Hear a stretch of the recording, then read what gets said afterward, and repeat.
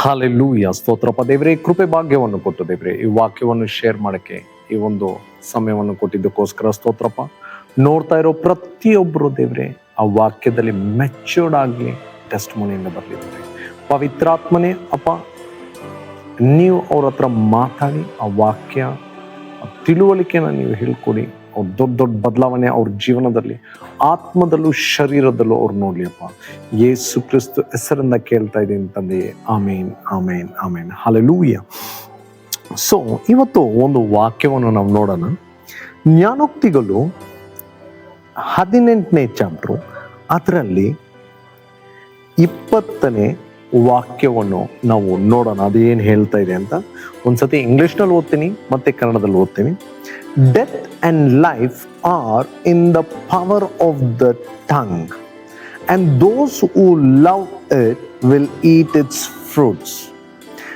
Death and life are in the power of the tongue, and those who love it will eat its fruits.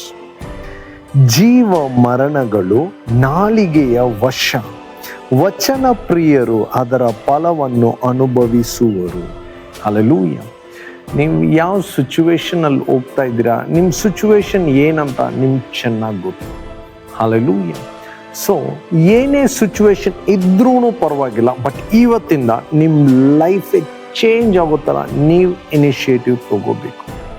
What ever might be the situation, ನಿಮ್ಮಿಂದ ತಡೆಯೋಕ್ಕಾಗ್ತಾ ಆದರೂ you can change, ನಿಮ್ಮ ಲೈಫ್ನ change ಮಾಡ್ಕೋಬೋದು. Hallelujah. ನಿಮ್ಮ drip ಆಗ್ತಾ ಆಗ್ತಾ ನೀವು ಹಂಗೆ ಮುಳುಗೋಗ್ತಾ ಇದ್ರೂ ದೇವರು ಒಂದು ಅವಕಾಶವನ್ನು ನಮ್ಗೆ ಕೊಡ್ತಾ ಇದ್ದಾರೆ. ಇವಾಗಿಂದ ನಮ್ಮ ಲೈಫ್ ಶೈನ್ ಆಗೋಕ್ಕೆ ದೇವರು ಒಂದು ಕೃಪೆ ಭಾಗ್ಯವನ್ನು ಕೊಡ್ತಾ ಇದ್ದಾರೆ. ಅದು ಬೇರೆ ಏನಿಲ್ಲ, ದೇವರು ಕೊಟ್ಟಿರೋ ಈ ಜೀವ ವಾಕ್ಯಗಳು. ಹಲ್ಲೆಲೂಯ. ದೇವ್ರ ಮಕ್ಕಳೇ, ನಾನು ಹೇಳೋದು ಅರ್ಥ ಮಾಡ್ಕೊಳ್ಳಿ. ಈ ವಾಕ್ಯ ತುಂಬ ಬ್ಯೂಟಿಫುಲ್ ಆಗಿ ಹೇಳಿದೆ. ಏನಂತ ನೋಡೋಣ. ಜೀವನ ಮರಣಗಳು ನಾಲಿಗೆಯ ವಶ, ವಚನ ಪ್ರಿಯರು ಅದರ ಫಲವನ್ನು ಅನುಭವಿಸುವರು. ಹಲ್ಲೆಲೂಯ. ಸೊ ನಾವು ಚೆನ್ನಾಗಿರ್ಬೇಕಾದ್ರೆ ನಮ್ಮ ಬಾಯಿನ ಕರೆಕ್ಟಾಗಿ ಉಪಯೋಗ ಮಾಡಬೇಕಾಗಿರುತ್ತೆ. ಹಲ್ಲೆಲೂಯ. ಸೊ ನಮ್ಮ ಬಾಯಿನ ಯಾವಾಗ ನಾವು ಕರೆಕ್ಟಾಗಿ ಉಪಯೋಗ ಮಾಡ್ತೀವೋ, ಅರ್ಥ ಮಾಡ್ಕೊಳ್ಳಿ, ನಾವು ಯಾವ ಥರ ಮಾತಾಡ್ತೀವೋ, ಯಾವ ಥರ ಅರಿಕೆ ಮಾಡ್ತೀವೋ, ನಮ್ಮ ಬಾಯಿಂದ ಎಂಥ ಮಾತುಗಳು ಬರುತ್ತೋ ನಮ್ಮ ಜೀವನ ಕೂಡ ಅದೇ ಥರ ಚೇಂಜ್ ಆಗುತ್ತೆ. ಹಲ್ಲೆಲೂಯ. ನಮ್ಮ ಜೀವನ, ನಮ್ಮ ಲೈಫ್ ಸಂತೋಷ, ಸಮಾಧಾನ, ಆನಂದದಿಂದ ಫ್ರೂಟ್ಫುಲ್ ಆಗಿರ್ಬೇಕಾ, ಸ್ಟಾರ್ಟ್ ರಿಲೀಸಿಂಗ್ ವರ್ಡ್ಸ್. ನಮ್ಮ ಬಾಯಿಂದನೇ ನಾವು ಅದನ್ನು ಸೃಷ್ಟಿ ಮಾಡ್ಕೋಬಹುದು. ಯಾಕಂದರೆ ನಮ್ಮ ದೇವರು, ಯಾಕಂದರೆ ಯೇಸು ಕ್ರಿಸ್ತು ಪ್ರತಿಯೊಂದು ಬಾಯಿ ಮಾತಿಂದನೇ ಸೃಷ್ಟಿ ಮಾಡಿರೋ ದೇವರಾಗಿದ್ದಾರೆ. ಅವರಿಂದ ಹುಟ್ಟಿರೋ ನಾವು, ನಮಗೂ ಅಧಿಕಾರವನ್ನು ಕೊಟ್ಟಿದ್ದಾರೆ. ಹಲ್ಲೆಲೂಯ. ಪ್ರಾಬ್ಲಮ್ಸ್ ಇದ್ರೂ ಇಲ್ಲ, ಅನಾರೋಗ್ಯ ಇದ್ರೂ ಜಸ್ಟ್ ಬಾಯಿಂದ ಇವತ್ತಿಂದ ಅರಿಕೆ ಮಾಡಕ್ಕೆ ಶುರು ಮಾಡಿ. ಹಲ್ಲೆಲೂಯ. ಸೊ ನೀವು ಅರಿಕೆ ಮಾಡ್ತಾ ಮಾಡ್ತಾ ಅದೇ ಸಿಚುವೇಶನ್, ಅದೇ ರಿಪೋರ್ಟ್ ಕಂಪ್ಲೀಟಾಗಿ ಚೇಂಜ್ ಆಗೋಕ್ಕೆ ಶುರು ಆಗುತ್ತೆ. ಹಲ್ಲೆಲೂಯ. ನಿಮ್ಮ ಸಿಚುವೇಶನ್ಸ್ ಏನು ಸಿಚುವೇಶನ್ ಆದರೂ ಇರಲಿ, ಇವತ್ತಿಂದ ಅರಿಕೆ ಮಾಡಕ್ಕೆ ಶುರು ಮಾಡಿ.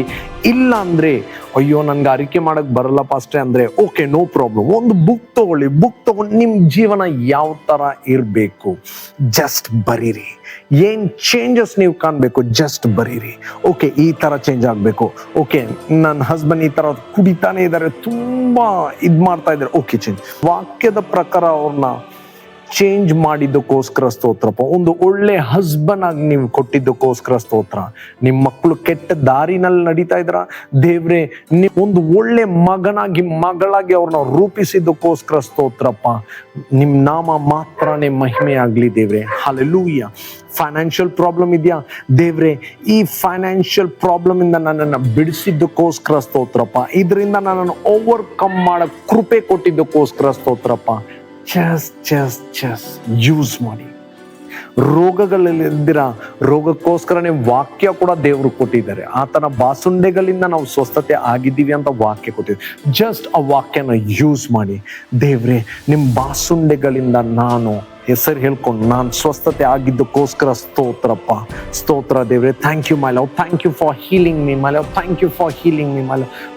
ಪ್ರತಿದಿನ ಅರಿಕೆ ಮಾಡಿ. ಅರಿಕೆ ಮಾಡೋ ಕಷ್ಟ ಇದ್ದರೆ ಹ್ಯಾಬಿಟ್ ಮಾಡ್ಕೊಳ್ಳಿ. ಬರಿತಾನೇ ಇರಿ, ಬರಿತಾನೇ ಇರಿ, ಬರಿತಾನೇ ಇರಿ. ಬರ್ದು ನೋಡಿ ಟೆಸ್ಟ್ ಮನಿಯಿಂದ ಬರ್ತೀರ. ಹಲ್ಲೆಲೂಯಾ.